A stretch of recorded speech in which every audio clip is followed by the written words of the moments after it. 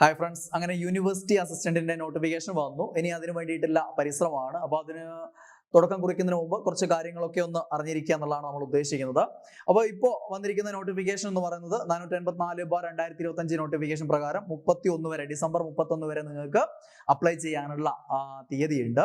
അപ്പോൾ സാധാരണഗതിയിൽ നോട്ടിഫിക്കേഷൻ വരുന്ന പോലെ തന്നെ 18 to 36 ആണ് ഏജ് ലിമിറ്റ് എന്ന് പറയുന്നത്. ജനറൽ വിഭാഗത്തിനാണെങ്കിൽ 2/1/1989 ആ ഡേറ്റ് മുതൽ 1/1/2007 വരെ, ഈ രണ്ട് ഡേറ്റും ഉൾപ്പെടെ ആ ഒരു തീയതിയിൽ ജനിച്ച ആളുകൾക്ക് അപ്ലൈ ചെയ്യാൻ പറ്റും. ഇനി OBC വിഭാഗക്കാർക്കാണെങ്കിൽ 3 വർഷത്തെ ഇളവുണ്ട്. അപ്പൊ സ്വാഭാവികമായിട്ടും 2/1/86 മുതൽ 1/1/2007 അതിനിടയിൽ ഈ രണ്ട് തീയതികളും ഉൾപ്പെടെ ആ തീയതികളിൽ ജനിച്ച ആളുകൾക്ക് അപ്ലൈ ചെയ്യാൻ പറ്റും. SC വിഭാഗത്തിന് 5 വർഷത്തെ ഇളവുണ്ട്. അപ്പൊ 89 5 കുറയ്ക്കും 84ലേക്ക് വരും. 2/1/84 മുതൽ 1/1/2007 ഇതിനിടയിലും ഈ തീയതികളിലുമായി ജനിച്ചവർക്ക് എന്ത് ചെയ്യാൻ പറ്റും? അപ്ലൈ ചെയ്യാൻ പറ്റും. ഇതാണ് നിങ്ങൾക്ക് അപ്ലൈ ചെയ്യാൻ പറ്റുന്നതിനുള്ള മാനദണ്ഡം എന്ന് പറയുന്നത്. പിന്നെ ഡിഗ്രി ഉണ്ടായിരിക്കുക എന്നുള്ളതുമാണ്. ഇനി മറ്റ് കാര്യങ്ങളിലേക്ക് കടക്കാം. നമുക്ക് എന്തൊക്കെയാണ് ഇതിന്റെ സാധ്യതകൾ, എത്രത്തോളം നിയമനം നടക്കുന്നുണ്ട്, എങ്ങനെയായിരിക്കും പരീക്ഷ, എത്രത്തോളം ആകർഷകമാണ് ഈ തസ്തിക, ഇതിന്റെ സാലറിയും കാര്യങ്ങളൊക്കെ എത്രത്തോളം ഉണ്ട്, പ്രൊമോഷൻ സാധ്യതകൾ എത്രത്തോളം ഉണ്ട്, ഇങ്ങനെയുള്ള കാര്യങ്ങളിലേക്ക് നമുക്ക് പോവാം. ഓക്കെ, അപ്പൊ ഇതിന്റെ നിലവിൽ റാങ്ക് ലിസ്റ്റ് വന്നിരിക്കുന്നത് 2024 മാർച്ച് 11 ഇതിന്റെ റാങ്ക് ലിസ്റ്റ് വന്നിരിക്കുന്നത്. അപ്പോൾ 2027 മാർച്ച് 10 വരെ ഇതിന് എന്തുണ്ട്? കാലാവധി ഉണ്ട്.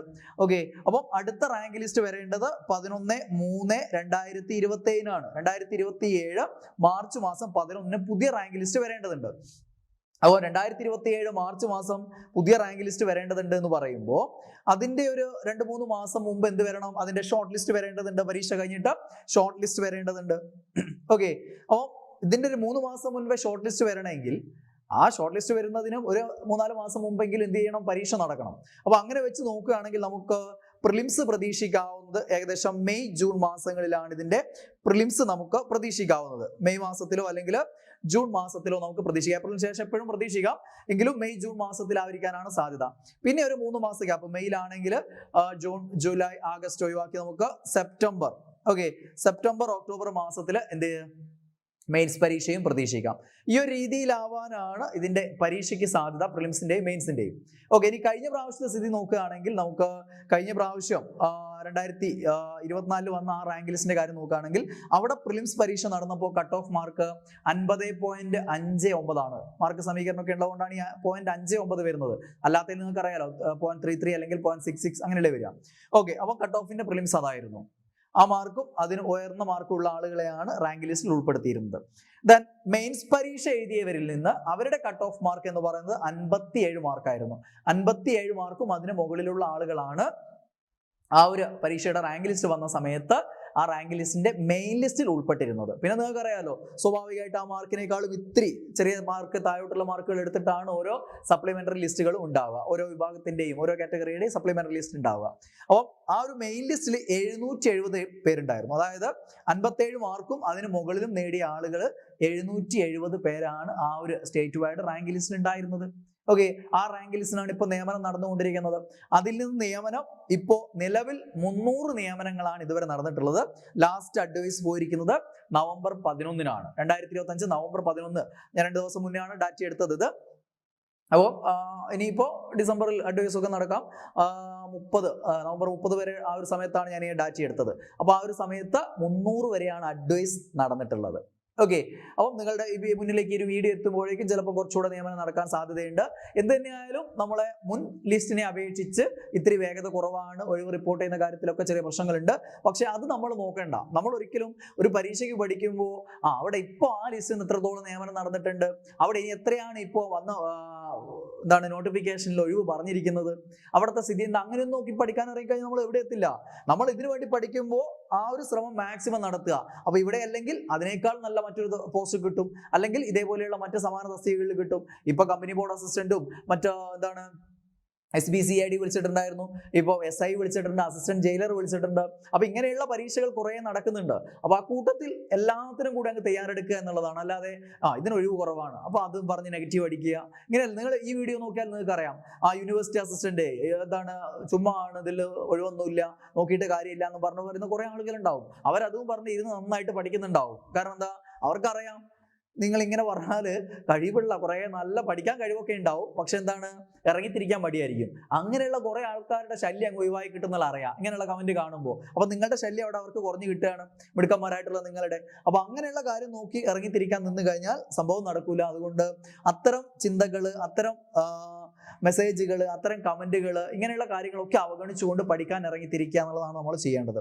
അപ്പൊ 300ഓളം അഡ്വൈസ് ആണ് ഇപ്പോൾ ഇതുവരെയായിട്ട് നിലവിൽ ഈ ഒരു റാങ്ക് ലിസ്റ്റ് നടന്നിട്ടുള്ളത്.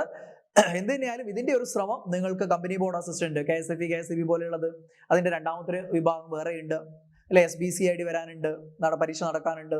അതേപോലെ തന്നെ ഫോഴ്സിലേക്കുള്ള SIയും ജയിലറും നടക്കാനുണ്ട്. ഈ ഡിഗ്രി ലെവൽ പരീക്ഷകളൊക്കെ ഉണ്ട്. അതോടൊപ്പം തന്നെ ഈ പഠനം കൊണ്ട് നിങ്ങൾക്ക് സിലബസ് ഹിസ്റ്ററി, ജോഗ്രഫി, എക്കണോമിക്സ്, ഭരണഘടന, ഇതൊക്കെ സെയിം സിലബസ് അല്ലേ? ഇംഗ്ലീഷ്, മാത്സ്, മലയാളം ഒക്കെ സെയിം സിലബസ് അല്ലേ? അപ്പൊ ഈ പഠനം കൊണ്ട് +2 ലെവൽ പരീക്ഷകളും ഡിഗ്രി ലെവൽ പരീക്ഷകളും ഏത് വേണമെങ്കിൽ നിങ്ങൾക്ക് ക്രാക്ക് ചെയ്യാനും പറ്റും. അതാണ് അതിന്റെ ഗുണം. ഏറ്റവും ഹയസ്റ്റ് ലെവലിലെ പരീക്ഷയ്ക്ക് നോക്കുന്നതോടുകൂടി ബാക്കി ലെവലിലുള്ള പരീക്ഷകളൊക്കെ നിങ്ങൾക്ക് ഈസി ആയിട്ട് മാറും. വളരെ ബേസിക് ആയിട്ടുള്ള കുറച്ച് കാര്യങ്ങളെ പിന്നെ നോക്കേണ്ട ആവശ്യം വരുള്ളൂ. മനസ്സിലായില്ലേ? അപ്പൊ അതാണ് ഇതിന്റെ ഒരു സ്ഥിതി എന്ന് പറയുന്നത്. അപ്പൊ ഇനി ഇതിന്റെ ഒരു സാലറിയുടെ കാര്യങ്ങളൊക്കെ എത്രത്തോളം ഉണ്ടെന്ന് നമുക്ക് നോക്കാം. ബേസിക് പേ എന്ന് പറയുന്നത് നമ്മുടെ സർക്കാർ ഡിപ്പാർട്ട്മെന്റുകൾ പോലെ തന്നെയാണ് യൂണിവേഴ്സിറ്റിയിലെ അസിസ്റ്റന്റും എന്ന് പറയുന്നത് 39,300 ആണ് അല്ലെ. മറ്റ് അസിസ്റ്റന്റ് ഗ്രേഡ് പോലെ തന്നെ 39,300 ആണ് അസിസ്റ്റന്റ് ഗ്രേഡ് 2 അഥവാ ജൂനിയർ അസിസ്റ്റന്റ് എന്നുള്ള ആ ഒരു പോസ്റ്റിന്റെ ബേസിക് പേ എന്ന് പറയുന്നത്. ഇപ്പൊ ലാസ്റ്റ് 4% DA കൂടിയല്ലോ, അതോടുകൂടി ഇപ്പോൾ DA എത്ര പെർസെന്റേജ് ആയിട്ടുണ്ട്? 22% DA ആയിട്ടുണ്ട്. അപ്പൊ 39,300ന്റെ 22% DA. പിന്നെ HRA ഒരു 10% HRA കൂട്ടാൻ നമുക്ക്. HRAയിൽ ചെറിയ വ്യത്യാസങ്ങളുണ്ട്, 10% വെച്ച് കൂട്ടാം നമുക്ക്. അങ്ങനെ നോക്കുമ്പോൾ നിങ്ങളുടെ ഗ്രോസ് സാലറി 51,876 ആണ്. ഇതാണ് ഗ്രോസ് സാലറി എന്ന് പറയുന്നത്, ടോട്ടൽ സാലറി എന്ന് പറയുന്നത്. ഓക്കെ, ഏകദേശം 52-നടുത്തേക്ക് ഈ സാലറി ടോട്ടൽ വന്നിട്ടുണ്ട്. അപ്പൊ അതിൽ നിന്ന് പിന്നെ നിങ്ങളുടെ എന്താണ് ഡിഡക്ഷനും കാര്യങ്ങളൊക്കെ കഴിച്ചിട്ട് അത് നിങ്ങൾക്ക് അതിനനുസരിച്ച് ക്രമീകരിക്കാം. അതിനനുസരിച്ചായിരിക്കും നിങ്ങളുടെ കയ്യിൽ കിട്ടുന്ന നെറ്റ് പേ എന്ന് പറയുന്നത്. അപ്പം ഇതാണ് ഗ്രോസ് സാലറി എന്ന് പറയുന്നത്. ഇത് അത്ര മോശമായിട്ടുള്ള ഒരു സാലറി ആണോ? അല്ല. മറ്റ് PSC തസ്തികളൊക്കെ സംബന്ധിച്ച് എന്താണ്, PSC വഴി നിയമനം നടക്കുന്ന സർക്കാർ തസ്തികളൊക്കെ സംബന്ധിച്ച് നോക്കുകയാണെങ്കിൽ ഇങ്ങനെയൊക്കെ തന്നെയാണ് സാലറി എന്നുള്ളതല്ല സർക്കാർ ജോലിയുടെ ഏറ്റവും വലിയ ആകർഷണീയത. മറ്റ് പ്രധാന സവിശേഷതകളാണ് അല്ലെ. ലൈഫ് ഒന്ന് സെക്യൂർഡ് ആവുന്നതും, ഒരു സ്ഥിര വരുമാനമുള്ള ജോലി അവിടെ ആവുന്നു, സമൂഹത്തിൽ നമ്മുടെ സ്റ്റാറ്റസ് മാറുന്നു അല്ലെ. ഒരു സ്ഥിര ജോലിക്കാരനാകുമ്പോൾ ഇത്രയും കാലം നിങ്ങൾ കടം ചോദിച്ചു തരാത്തവനും അല്ലെ, ലോൺ ചോദിച്ചിട്ട് തരാത്ത ബാങ്കുകളൊക്കെ തരാൻ തുടങ്ങും. അങ്ങനെയുള്ള മാറ്റങ്ങൾ. പിന്നെ മറ്റുള്ളവർ, ചുറ്റിലുള്ള ആളുകൾ നമ്മൾ അംഗീകരിക്കാൻ തുടങ്ങും. അങ്ങനെയുള്ള കുറേ മാറ്റങ്ങളാണ്. സെക്യൂർഡ് ലൈഫായിട്ട് മാറുന്നു. എന്ത് തന്നെ വന്നു കഴിഞ്ഞാലും ശമ്പളം മേലോട്ടേക്ക് പോകുന്നല്ലാണ്ട് താഴോട്ടേക്ക് പോകുന്ന പരിപാടി ഇല്ല അല്ലേ. അതായത് എന്തേ നടക്കുള്ളൂ, ഇൻക്രിമെന്റ് ഓരോ വർഷം കഴിയുന്നതിനനുസരിച്ച് ഇൻക്രിമെന്റ് വരും. അതോടൊപ്പം തന്നെ ഇനിയിപ്പോൾ 2026 പേ റിവിഷൻ വരാൻ പോവുകയാണ്. ഉറപ്പായിട്ടും പേ റിവിഷൻ വരുമ്പോൾ മിനിമം ഒരു 5,000 രൂപേന്റെ വ്യത്യാസമെങ്കിലും ഈ ഒരു സാലറി സ്കെയിലിൽ മിനിമം ഉണ്ടാവും. അപ്പൊ അത് 52-47 എത്തും അല്ലെ. കൃത്യമായിട്ടല്ല, ഏകദേശം അതിനേക്കാളും കൂടാം കുറയാം. എന്ത് തന്നെയാലും പേ റിവിഷൻ 2026 ഇലക്ഷന് മുമ്പേ നടക്കാനുണ്ട്, സാധ്യതയുണ്ട്. അതിനു മുമ്പ് അതിന്റെ തീരുമാനമെങ്കിലും വരും എന്നുള്ള കാര്യമാണ്. ഓക്കെ, അപ്പൊ അതുകൊണ്ട് തന്നെ സാലറിയുടെ കാര്യം അത്ര മോശമായിട്ട് നമുക്ക് കാണാൻ പറ്റില്ല. മോശമല്ലാത്ത സാലറി തന്നെ ലഭിക്കുന്നതാണ്. അതേപോലെ അത്യാവശ്യം പ്രൊമോഷൻ സാധ്യതകൾ ഉള്ളത് തന്നെയാണ് യൂണിവേഴ്സിറ്റി അസിസ്റ്റന്റ് എന്ന് പറയുന്നത്. അപ്പൊ നിങ്ങൾ അസിസ്റ്റന്റ് ഗ്രേഡ് 2 ആണ്, അതായത് ജൂനിയർ അസിസ്റ്റന്റ് ആണ്. ഇനി എന്താവും? സീനിയർ അസിസ്റ്റന്റ് ആവും. അടുത്ത പ്രൊമോഷൻ സാധ്യത അതാണ്, സീനിയർ അസിസ്റ്റന്റ് ആയിട്ട് മാറും. പിന്നെ അസിസ്റ്റന്റ് സെക്ഷൻ ഓഫീസർ ആണ്, പിന്നെ സെക്ഷൻ ഓഫീസർ ആണ്, പിന്നെയാണ് assistant registrar, deputy registrar, joint registrar. ഈ രീതിയിലാണ് പ്രൊമോഷൻ, ഓരോ പ്രൊമോഷൻ തസ്തികകളും വരുന്നത്. ഈ രീതിയിലാണ് നമ്മൾ പ്രൊമോഷനായിട്ട് പോകുന്നത്. അത് പിന്നെ ഓരോ കാലഘട്ടത്തിലും അനുസരിച്ച് എന്താ വ്യത്യാസങ്ങൾ ഉണ്ടാവും അല്ലെ. വളരെ പെട്ടെന്ന് പ്രൊമോഷൻ കിട്ടിയവരുണ്ടാവും, അതേപോലെ തന്നെ വളരെ കാലങ്ങൾ എടുത്തവരുണ്ടാവും. അതൊക്കെ ഓരോ കാലഘട്ടത്തിൽ വരുന്ന ഒഴിവിന്റെ എണ്ണത്തിനനുസരിച്ചാണ് ആ ഒരു പ്രൊമോഷൻ സാധ്യതയും കാര്യങ്ങളൊക്കെ കിടക്കുന്നത്. ഓക്കെ, അപ്പൊ അതാണ് പ്രൊമോഷന്റെ സ്ഥിതി എന്ന് പറയുന്നത്. അപ്പൊ എന്ത് തന്നെയായാലും നന്നായിട്ട് പഠിക്കാൻ ഇറങ്ങുക എന്നുള്ളതാണ് നിങ്ങൾ ചെയ്യേണ്ടത്. വീട്ടിലിരുന്നിട്ടായാലും നമ്മൾ ഇന്റർവ്യൂയോടൊപ്പം കൂടിയിട്ടായാലും എങ്ങനെയായാലും പഠിക്കുന്നത് നന്നായിട്ട് നല്ല ഇൻ ഡെപ്ത് പഠിക്കുക. SCRTയും NCRTയും നന്നായിട്ട് നോക്കുക. മറ്റ് റെഫറൻസ് ഗ്രന്ഥങ്ങൾ ഉപയോഗിക്കുക. നമ്മളിപ്പോൾ എൻട്രിയിലാണെങ്കിൽ നിങ്ങൾക്ക് അതൊക്കെ ചേർത്തുകൊണ്ടുള്ള ക്ലാസ്സുകളായിരിക്കും ഓരോ ടീച്ചേഴ്സും തരിക. അതായത് ഇപ്പം എന്തൊക്കെ SCRT എന്ന് വേണോ, എന്തൊക്കെ NCRT എന്ന് വേണോ, എന്തൊക്കെ മറ്റ് റെഫറൻസ് ഗ്രന്ഥങ്ങൾ എന്ന് വേണോ, ആ പോയിന്റുകളൊക്കെ ഉൾപ്പെടുത്തിയിട്ടായിരിക്കും ഓരോ ടോപ്പിക്കിലും അതാത് വിഷയത്തിന്റെ വിദഗ്ധരായിട്ടുള്ള അധ്യാപകർ ക്ലാസ് തരിക. അപ്പോൾ നിങ്ങൾക്ക് ഇപ്പോൾ ഈ ഒരു ഗോൾഡ് ബാച്ചിൽ ചേർന്ന് കഴിഞ്ഞാൽ ഓരോ സ്റ്റഡി പ്ലാൻ ആയിട്ടാണ് ക്ലാസ് പോവുക. അപ്പോൾ ഒന്നാമത്തെ അടുത്ത ദിവസം ഇന്ന ടോപ്പിക്, അപ്പോൾ ആ ടോപ്പിക്കിന്റെ റെക്കോർഡ് വീഡിയോ ക്ലാസ് ഉണ്ടാവും, ഏറ്റവും പുതിയ ക്ലാസ്സുകൾ ഉണ്ടാവും. അതോടൊപ്പം തന്നെ അന്നത്തെ ദിവസം തന്നെ അത് പഠിച്ചിട്ട് അതിന്റെ എക്സാം അറ്റൻഡ് ചെയ്യാനുള്ള ഒരു എക്സാം ഉണ്ടാവും അത് നിങ്ങൾ പഠിച്ചു കഴിഞ്ഞിട്ട് അത് റിവിഷൻ പോലെ അതിന്റെ എക്സാം ആണ്. അപ്പോൾ ആ എക്സാം അറ്റൻഡ് ചെയ്ത് പോകണം. അങ്ങനെ ഓരോ ദിവസവും ഉള്ളതുമായിട്ട് ബന്ധപ്പെട്ട് എക്സാം ഉണ്ടാവും. അതേപോലെ ഒരു വീക്ക്ലി റിവിഷൻ, സൺഡേ നിങ്ങൾക്ക് റിവിഷൻ ഡേ ആയിരിക്കും. പഠിച്ചത് ശനി മുതൽ പഠിച്ച കാര്യങ്ങളൊക്കെ റിവിഷൻ ചെയ്യാൻ പറ്റും. അതേപോലെ തന്നെ ഒരു സ്റ്റഡി സർക്കിൾ കഴിയുമ്പോൾ ഒരു 5 GK ടോപ്പിക്കും ഒരു ഇംഗ്ലീഷ്, മാത്സ്, മലയാളം ഒരു 8 ടോപ്പിക്കൊക്കെ കഴിയുമ്പോൾ ഒരു സ്റ്റഡി സർക്കിൾ, ആ ഒരു സ്റ്റഡി സർക്കിൾ കഴിഞ്ഞാൽ അതിന്റെ റിവിഷൻ എക്സാം ഉണ്ടാവും. എല്ലാം കൂടെ ചേർത്തുകൊണ്ടുള്ള, ഓരോ ടോപ്പിക്കിന്റെ അല്ലാതെ എല്ലാം കൂടെ ചേർത്തുകൊണ്ടുള്ള റിവിഷൻ എക്സാം ഉണ്ടാവും. അങ്ങനെ ഒരു 4 സ്റ്റഡി സർക്കിൾ കഴിയുമ്പോൾ മെഗാ റിവിഷൻ എക്സാം ആണ്, മൊത്തം റിവിഷൻ ചെയ്തിട്ടുള്ളത്. അപ്പോൾ നിങ്ങൾ പഠിച്ചാൽ മാത്രം പോരാ, ഇങ്ങനെ പഠിച്ചതുമായിട്ട് ബന്ധപ്പെട്ടുള്ള പരീക്ഷകൾ മാക്സിമം എഴുതണം, പഠിച്ചത് റിവിഷൻ ചെയ്തുകൊണ്ടേയിരിക്കണം ഇടയ്ക്കിടെ. എന്നാൽ മാത്രമാണ് ഇതൊക്കെ നമുക്ക് അങ്ങോട്ട് ഉണ്ടാവുള്ളൂ. അപ്പം ഈ ഒരു പരീക്ഷയ്ക്ക്, അതായത് മെയ്യിൽ പരീക്ഷ നടക്കുകയാണെങ്കിൽ ഏകദേശം ഒരു 5 മാസത്തിൽ കൂടുതൽ നമ്മുടെ മുന്നിൽ സമയമുണ്ട്. ഡിസംബർ, ജനുവരി, ഫെബ്രുവരി, മാർച്ച്, ഏപ്രിൽ, അല്ലേ? ഒരു 5 മാസം കൂട്ടിക്ക്, ഒരു 5 മാസം നമ്മുടെ മുന്നിലുണ്ട്. അപ്പൊ കഠിന പരിശ്രമത്തിന്റെ സമയമാണ് ഇനി അങ്ങോട്ടേക്ക്. ആ പ്രിലിംസിന്റെയും മെയിൻസിന്റെയും സിലബസിൽ കോമൺ ടോപ്പിക്സ് പറഞ്ഞ വീഡിയോ ഞാൻ ചെയ്തിട്ടുണ്ട്. ആ കോമൺ ടോപ്പിക്സ് വെച്ചങ്ങ് പഠിച്ചാൽ മതി. അത് തന്നെയാണ് നമ്മൾ തുടങ്ങുക. ആ കോമൺ ടോപ്പിക്സിൽ പഠിക്കുമ്പോൾ പ്രിലിംസ് പരീക്ഷയിൽ ഒരു 90 മാർക്കിന്റെ ഏരിയകൾ അവിടെ കവർ ചെയ്യപ്പെടും. ഒരു മെയിൻസ് പരീക്ഷയിലാണെങ്കിൽ 75 മുതൽ 80 മാർക്കിന്റെ ഏരിയ അവിടെ തന്നെ കവർ ചെയ്യപ്പെടുന്നുണ്ട്. ഈ കോമൺ ടോപ്പിക്സ് പഠിച്ചാൽ മാത്രം. ആ ഒരു വീഡിയോ കണ്ടു നോക്കിയാൽ നിങ്ങൾക്ക് അറിയാം. അപ്പൊ അത്രയും പഠിച്ചാൽ തന്നെ പ്രിലിംസ് ക്ലിയർ ചെയ്യാൻ പറ്റും. പ്രിലിംസ് ക്ലിയർ ചെയ്യാൻ 90% വെച്ചിട്ട് അവിടെ നിന്നൊരു 60% മോൾ സ്കോർ ചെയ്യാൻ പറ്റി കഴിഞ്ഞാൽ പ്രിലിംസ് നമ്മൾ ക്ലിയർ ആവും. അതോരോ പരീക്ഷയ്ക്ക് അനുസരിച്ചായിരിക്കും കട്ട് ഓഫിൽ ഉണ്ടാകുന്ന വ്യത്യാസം. എളുപ്പമാണെങ്കിൽ കട്ട് ഓഫ് കൂടും, കടുപ്പാണെങ്കിൽ കട്ട് ഓഫ് കുറയും. ഓക്കെ, ദെൻ ഈ മാർക്കിന് മത്സരിച്ചാൽ പോലും ഈ പറയുന്ന പരീക്ഷയിൽ ആദ്യ റാങ്ക് കരസ്ഥമാക്കാൻ പറ്റും. കാരണം ആദ്യ റാങ്കുകൾ പോലും അത്രയും മാർക്ക് ഉണ്ടാവുള്ളൂ. അതാണ് അതിന്റെ പ്രത്യേകത. അപ്പോൾ പ്രിലിംസ് കഴിഞ്ഞതിന്റെ പിറ്റേന്ന് മുതൽ തന്നെ നമുക്ക് മെയിൻസിനുള്ള മാത്രമായിട്ടുള്ള ഏരിയകളും പഠിച്ചു തുടങ്ങാം. ആ രീതിയിലാണ്. അപ്പോൾ കുറച്ച് ഏരിയകൾ ഡ്രോപ്പ് ചെയ്തിട്ടും കുറച്ച് ഏരിയകൾ സെലക്ടീവ് സ്റ്റഡി എന്നുള്ള ആ ഒരു രീതിയിൽ നടത്തണം എന്നുള്ളത് ഡിഗ്രി ലെവൽ നിർബന്ധമാണ്. എന്നാൽ മാത്രമാണ് അവിടെ നമുക്ക് ഏറ്റവും നല്ല പെർഫോമൻസ് കാഴ്ചവെക്കാൻ പറ്റുള്ളൂ. ഓക്കെ, അപ്പോൾ നിങ്ങൾക്ക് എല്ലാവർക്കും നന്നായി പഠിക്കാൻ പറ്റട്ടെ, നന്നായിട്ട് ഇറങ്ങിത്തിരിക്കുക. ഇനി അങ്ങോട്ടേക്ക് ഗ്യാപ്പ് ഇല്ലാതെ പഠിക്കുക. ഈ ഒരു ബാച്ചിൽ അഡ്മിഷൻ എടുത്ത് നിങ്ങൾക്ക് ഗോൾഡ് ബാച്ചിൽ അഡ്മിഷൻ എടുത്ത് പഠിക്കണം എന്ന് താല്പര്യം ഉണ്ടെങ്കിൽ ഈ ഒരു നമ്പറിൽ നിങ്ങൾ കോൺടാക്ട് ചെയ്താൽ മതി. 7306-156-841. ഇപ്പോൾ ആണെങ്കിൽ എൻട്രിയിൽ മെഗാ കരിയർ സെയിൽ നടന്നുകൊണ്ടിരിക്കുകയാണ്. അപ്പോൾ ആ ഒരു ഓഫർ റേറ്റിൽ തന്നെ നിങ്ങൾക്ക് ഈ ഒരു കോഴ്സ് നിങ്ങൾക്ക് എടുക്കാൻ പറ്റും. അപ്പം സിസ്റ്റമാറ്റിക് ആയിട്ടുള്ള ഒരു സ്റ്റഡി പ്ലാനോടുകൂടി, മെന്റർഷിപ്പോടുകൂടി, ആ തരുന്ന കാര്യങ്ങൾ അതേപോലെയുള്ള ദിവസങ്ങൾ പഠിച്ചു തീർത്ത് എക്സാം എഴുതാൻ തയ്യാറാണെങ്കിൽ നിങ്ങൾ വേറെ എവിടെയും തപ്പിപ്പോയി പഠിക്കേണ്ട ആവശ്യം വരില്ല. നിങ്ങൾക്ക് വേണ്ട കാര്യങ്ങളൊക്കെ ഇവിടെ ക്രമീകരിച്ചു തരും. അത് പഠിച്ച് അങ്ങ് മുന്നോട്ടേക്ക് പോയാൽ മതി. ഒരു ടെൻഷൻ ഇല്ലാതെ പോകാൻ പറ്റും.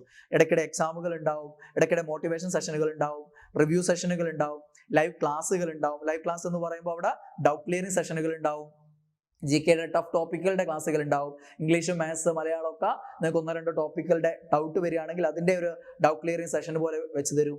അതല്ലാതെയും ലൈവ് ക്ലാസ്സുകൾ ഉണ്ടാവും. കറണ്ട് അഫേഴ്സ്, മറ്റ് GK ടോപ്പിക്കുകളുടെ ഒക്കെ സിസ്റ്റമാറ്റിക് ആയിട്ടുള്ള ഒരു സ്റ്റഡി പ്ലാനിലൂടെ സിലബസ് വീഡിയോ ക്ലാസ്സിലൂടെ കംപ്ലീറ്റ് ചെയ്യുകയും ചെയ്യും. പ്ലസ് ഇതിൽ തന്നെയുള്ള പല ടോപ്പിക്കുകളുടെ ലൈവ് ക്ലാസ്സുകൾ അഡീഷണൽ ആയിട്ട് നിങ്ങൾക്ക് കിട്ടുകയും ചെയ്യും. അതാണ് ഗോൾഡ് ബാച്ചിന്റെ പ്രധാന ബെനിഫിറ്റ് എന്ന് പറയുന്നത്. പിന്നെ നിങ്ങൾക്ക് ഫുൾ ടൈം മെന്റർഷിപ്പ് സപ്പോർട്ടും കാര്യങ്ങളൊക്കെ ഉണ്ടാവും. അപ്പോൾ ആ രീതിയിൽ ഒന്ന് മുന്നിൽ എടുത്തു വെച്ച് എന്നാൽ അത് അതേപോലെ ഞാൻ പഠിക്കും, അതിനുള്ളത് എനിക്കുണ്ട്, ഒരാൾ ഒന്നും തള്ളി തന്നാൽ മതി എന്നുള്ളതാണെങ്കിൽ നിങ്ങൾക്ക് ധൈര്യമായിട്ട് വരാം. ഇനി അതെല്ലാം നിങ്ങൾ ഓൾറെഡി സെറ്റാണ്, നിങ്ങൾക്ക് എല്ലാ കാര്യങ്ങളും ഗൈഡൻസും കാര്യങ്ങളും ഒക്കെ ഉണ്ട്, എനിക്ക് എന്താ മതി ഇനി പഠിച്ചാൽ മതി എന്നുള്ള മാത്രമാണെങ്കിൽ നിങ്ങൾ നോർമൽ ബാച്ച് എടുത്താലും മതി. ക്ലാസ്സുകൾ കണ്ട് പഠിച്ചു പോവാം. ഇനി ക്ലാസ്സും കാണേണ്ട ആവശ്യമില്ല. നിങ്ങളുടെ കയ്യിൽ ഈ മെറ്റീരിയൽസ് ഞാൻ പറഞ്ഞ രീതിയിൽ SCERT, NCERT മറ്റ് റെഫറൻസ് ഗ്രന്ഥങ്ങളൊക്കെ ഉണ്ടെങ്കിൽ നിങ്ങൾക്ക് അത് വെച്ച് പഠിക്കുകയാണെങ്കിൽ അങ്ങനെയും പഠിക്കാം. ഏത് വേണമെന്നുള്ള നിങ്ങളുടെ തീരുമാനമാണ്. നിങ്ങൾക്ക് ഒരു സപ്പോർട്ട് വേണമെന്നുണ്ടെങ്കിൽ നിങ്ങൾക്ക് ധൈര്യമായിട്ട് ഇതിലേക്ക് വരാം. അല്ലാത്ത പക്ഷം ഞാൻ ഈ പറഞ്ഞു തരുന്ന എല്ലാ ഗൈഡൻസും ഉപയോഗിച്ചുകൊണ്ട് നിങ്ങൾക്ക് വീട്ടിലിരുന്ന് പഠിക്കാം. അതിനുള്ള എത്രയോ വീഡിയോകൾ നമ്മൾ ചെയ്തിട്ടുണ്ട്. തൊട്ട് മുമ്പേ ചെയ്ത വീഡിയോകളൊക്കെ കാണാം.